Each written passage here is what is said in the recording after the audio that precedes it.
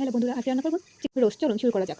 তারপর দিয়ে নেব সামান্য পরিমাণ লবণ, সামান্য পরিমাণ টমেটো সস। এটা দিয়ে ভালো করে মাখিয়ে নিব, যাতে করে মশলাগুলো মাংসের গায়ে ভালো করে মাখে।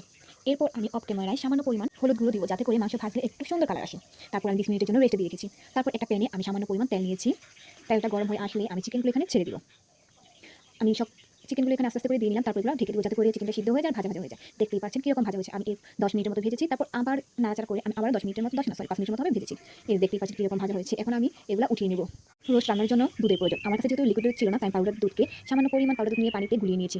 তারপর শুরু হয়ে গেল রান্নার কাজ। এখানে তেল গরম করে তারপর পেঁয়াজ বাটা, সামান্য পরিমাণ আদা রসুন বাটা দিয়ে ভালোভাবে নেড়ে নেব। তারপর রাঁধুনি স্টাইল মশলাটা দিয়ে নিব সামান্য পরিমাণ, যেহেতু আমি পুরো মশলাটা দিব না, কারণ আমি বেশি পরিমাণ রোস্ট করবো না, আমি অল্প পরিমাণে রোস্ট করছি। তাই সামান্য পরিমাণ রাঁধুনি মশলাটা দিয়ে ভাজা ভাজা হয়ে আসলে আমি এখানে তৈরি করা দুধটা দিয়ে দিব।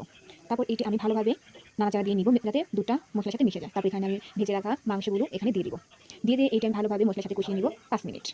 দেখতেই পাচ্ছেন এখানে আমি এক্সট্রা কোনো পানি দিইনি, এগুলো আমি যাতে করে এটা ভালো করে কষানো যায়। তারপর আমি একটু ঢেকে দিয়েছিলাম 2 মিনিটের জন্য। তারপর যে দেখতেই পাচ্ছেন মাংস থেকে যে পানিটা উঠেছে ওইটা সহ শুকিয়ে গিয়েছে। তারপর যখন এইরকম ভাজা ভাজা হয়ে গিয়েছে, তখন আমি কিছু পরিমাণ পানি দিয়ে নিয়েছি, যাতে এটি ভালো করে সিদ্ধ হয়ে আসে। তারপর এইভাবে আমি কিছুক্ষণ রেখে দিয়েছি। তারপর দেখতেই পাচ্ছেন এই যে এরকম হয়ে এসেছে। তারপর আবার এটা আমি ঢেকে দিয়েছি 10 মিনিটের জন্য। তারপর যখন ঝোলটা একদম শুকিয়ে গিয়েছে, এই পর্যায়ে আমি